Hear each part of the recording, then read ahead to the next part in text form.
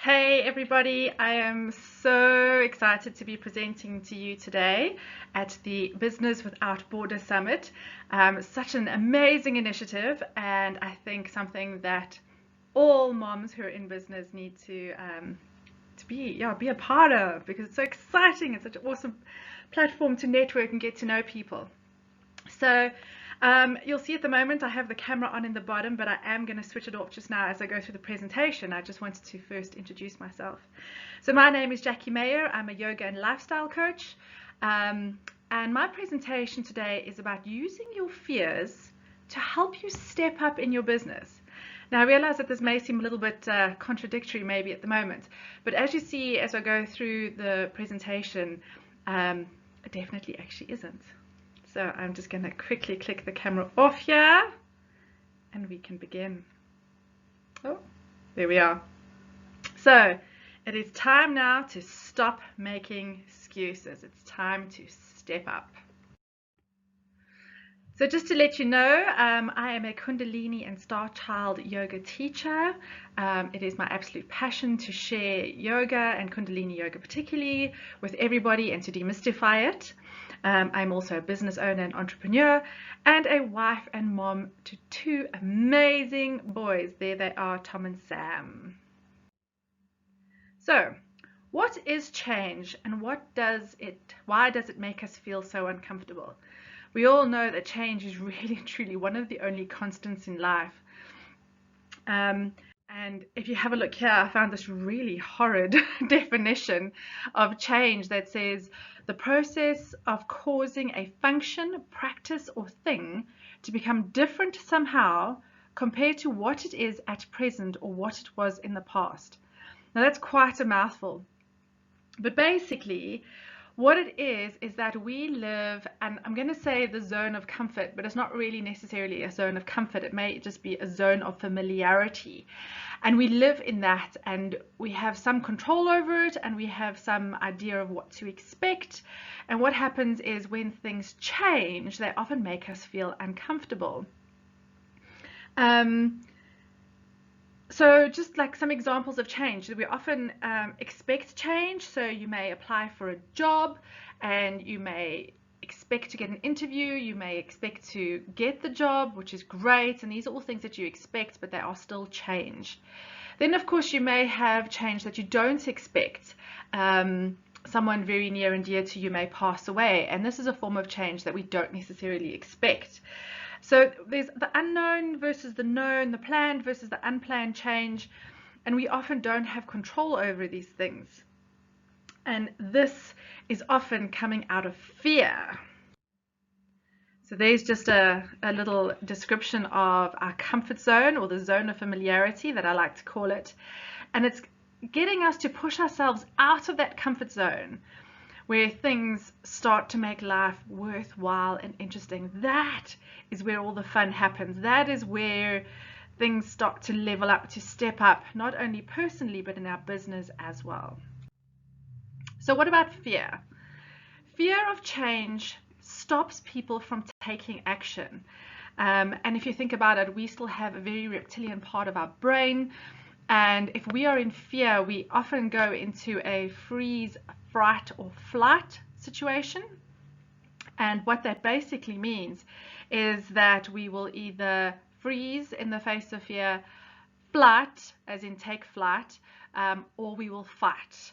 And it really is often the reptile part of our brain that takes over before we get a chance to kick in. And of course that has repercussions on all of our hormones, our adrenaline, and all those sorts of things. And often that trauma can sit in your body. So what is fear? Here we have another definition. It is the unpleasant emotion caused by a threat of danger, pain, or harm. Okay, that one's less of a mouthful. But you can see why that fear of change stops people from taking action. No one likes an unpleasant emotion. No one likes a threat of danger, pain, or harm. But I think the trick is here to determine whether or not these fears are real or perceived. So I'm going to give you an example of this. I am fortunate enough to live on a farm in South Africa. And of course, part of the territory is snakes. Now for the most part, I have a healthy respect for snakes, but I'm not actually fearful of them. And the other day, I took a step past my back door as I was going from the wash basin to the dustbin to throw something away. And I took a step, moved away from the door, and then realized, like my brain then registered that there was a snake in the doorway. So I had like the reptilian part of the brain reacted for me by moving away from the snake. Then my brain kicked in and said, oh, look, snake. So there was definitely a bit of a lag period there between my reacting to the snake and my realizing it was a snake. So as I say, living on a farm, snakes are a part of your reality and everyday occurrence, not an everyday occurrence, but a frequent occurrence. And what happened was, when I had a look back at the snake, I realized it was actually a puff adder. So I don't know if any of you know, but a puff adder is actually one of the most dangerous snakes in the world. It is lazy and does not move out of the way like a lot of other snakes do, but also it is highly venomous, and if you don't get to the hospital in time, it can kill you. So yes, moment of panic. Yes, there is a snake there. The snake is real. I have, is a potential threat. But because I'd managed to step far enough away, I didn't feel as fearful of it. Also, luckily, my husband is not scared of snakes at all, even the deadly ones. And he came along and rescued me from it. He put it into a container, took it to the other side of the farm, and released it. So a really good example of the real versus perceived danger. So there is the perception that the snake could have done serious harm to me, but I do not have a reason to be fearful of snakes. So yes, there was a risk, but I did not need to react on it to overreact to it, should I say. I reacted, I was safe enough away, we dealt with it, it was not a big deal. And so there was actually no fear of change in that situation.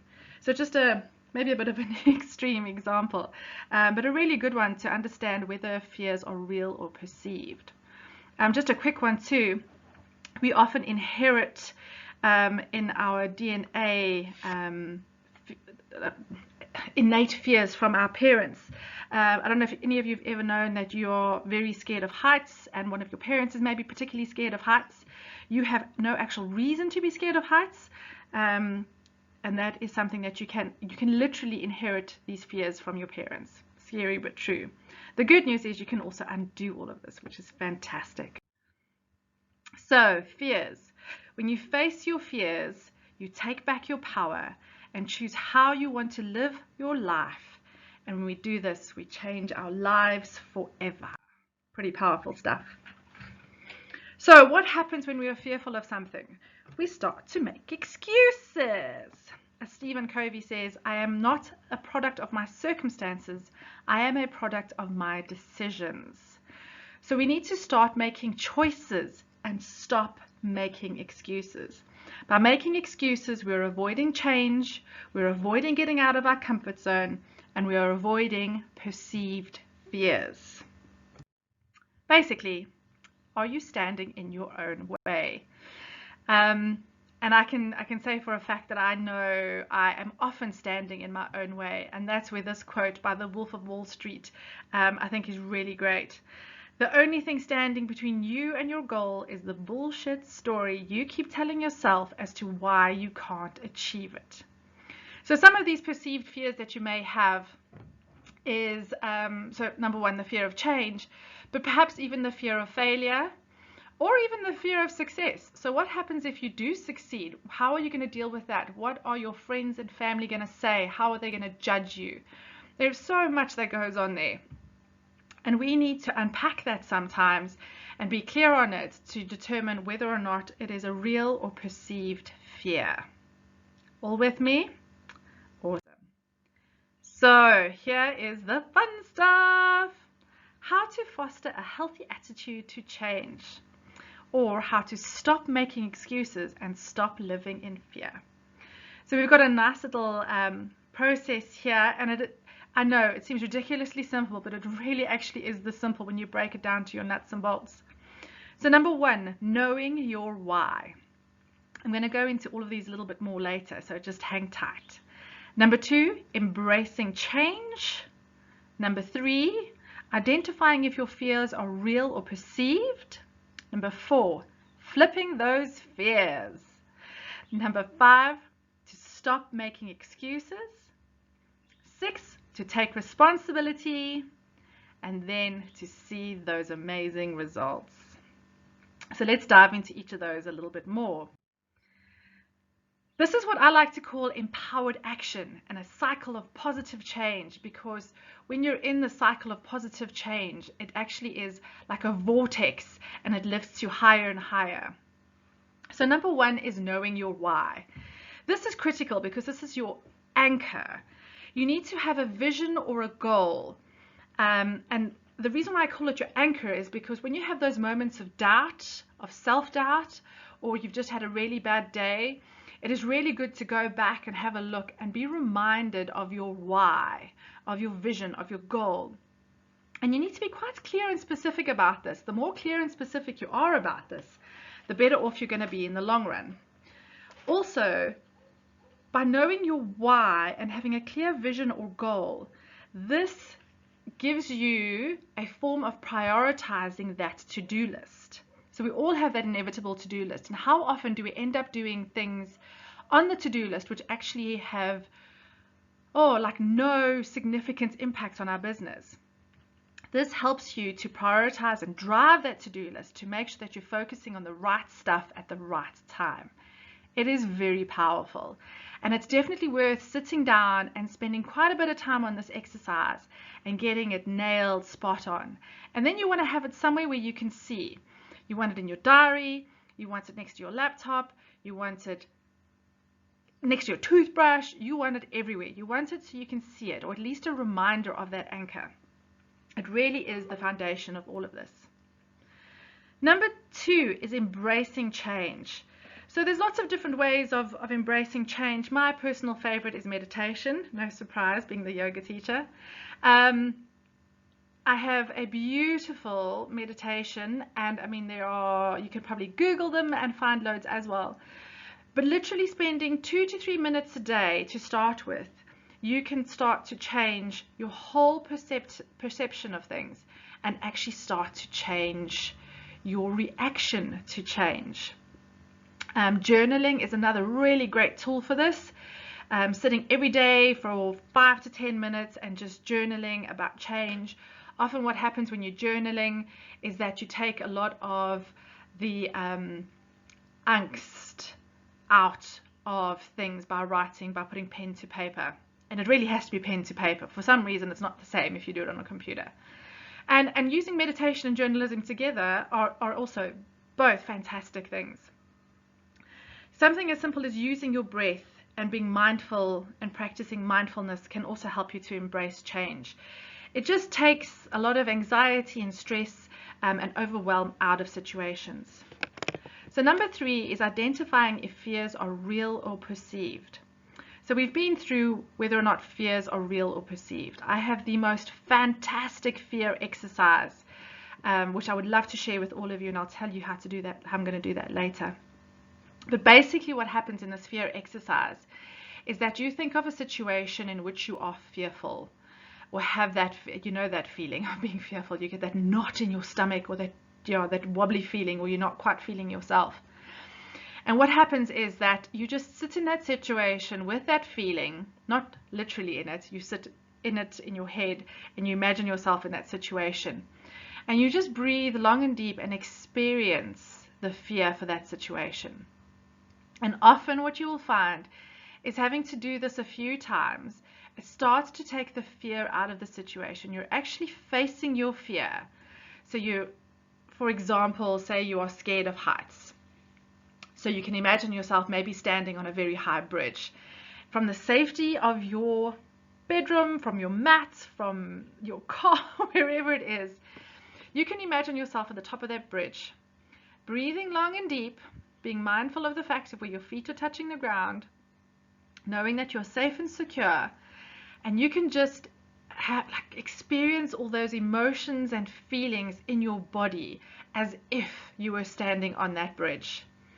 And once you've done this a few times, you find that fear starts to dissolve and to dissipate, and suddenly you're not as fearful anymore. Obviously, some fears are much bigger than others, and so the exercise will need to be repeated several times. But often there's small things.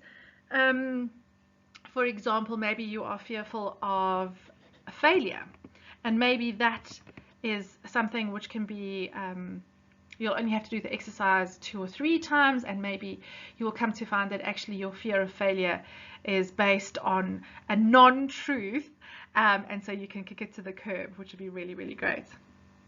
Meditation, also fantastic. I have got the most beautiful meditation for helping you to overcome fear. And again, from as little as 2 to 3 minutes a day, you can start to make huge, huge shifts in overcoming your fears, whether they are real or perceived or not. It is amazingly powerful. Right. Number 4, flipping your fears upside down. So here we have fixed versus growth mindset. Now I know in day 2 is all about mindset, so that's super exciting. I'm not going to go into this one too much because the ladies in day 2 have got this one covered. Thanks, ladies.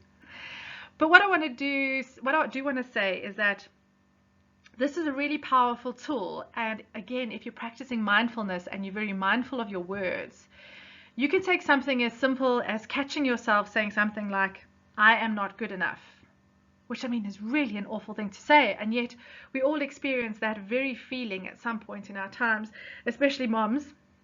Yeah, I am not good enough. I am not a good enough mother. I'm not a good enough business person.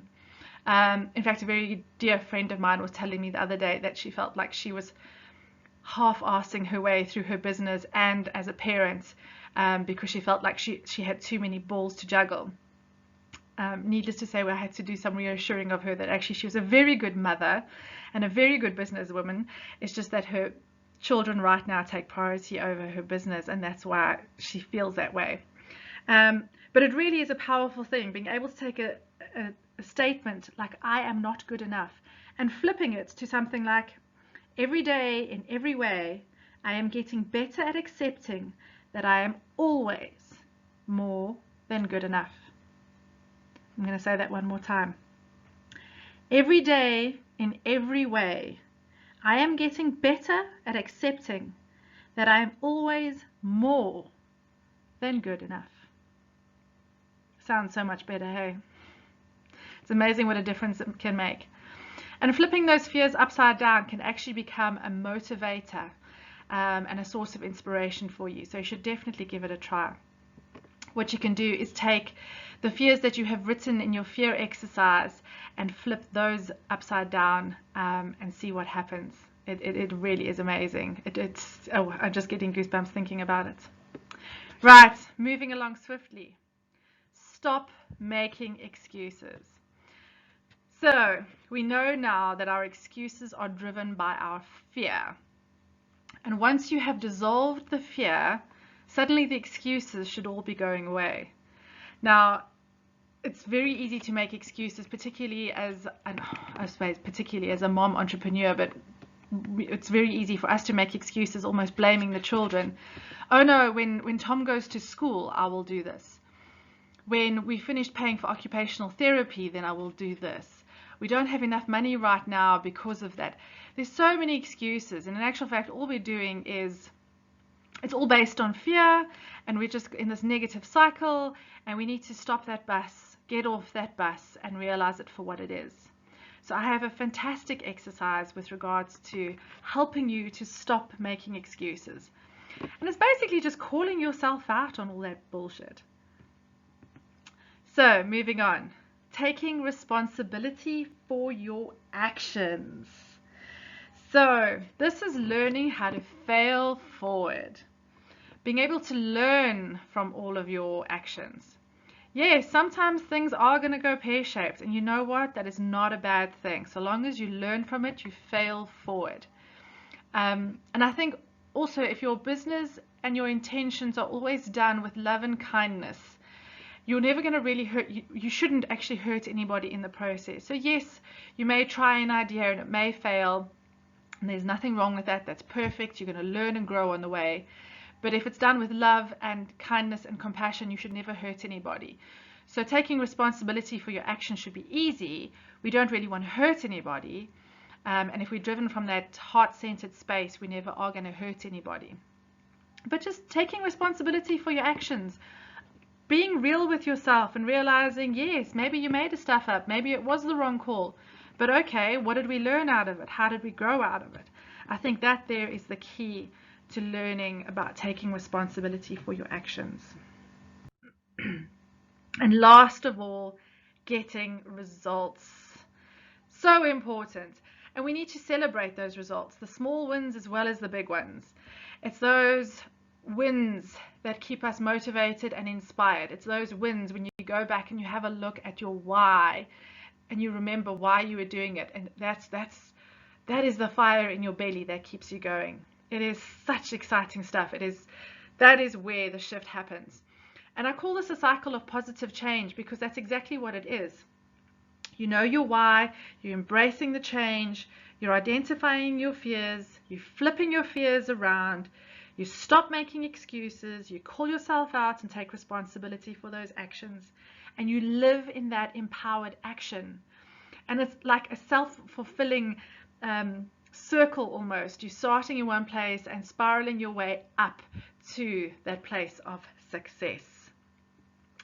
So this is how you can take your fears and use them to step up in your business. Like I say, simple but powerful.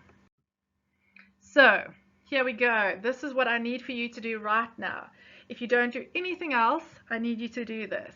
Email me, jacksmayer1@gmail.com, and you can put the subject fear and just pop that to me. And what I'm going to then do is send you the 2 meditations, the one for embracing change, the second one for overcoming fear. I'm then going to send you the fear exercise and the exercise to stop making excuses. Unfortunately, I've only got a half an hour because I would have loved to have shared all of them with you in much more detail, but I will do this in the email. So if you send me that email, like I say, super important, quick, write this down. You can also find me on Instagram and Facebook, but the email will definitely be the best way to do this. So the Kundalini meditations, one for embracing change, the second one for overcoming fear, and then those 2 beautiful exercises, one with regards to fear and the other one to help you stop making excuses. These are awesome, awesome tools, and I just feel like the more tools we have in our toolbox, the better prepared we are for whatever the world, whatever the universe throws at us. So, very important, quick, write down all of those details. I'm going to give you a moment.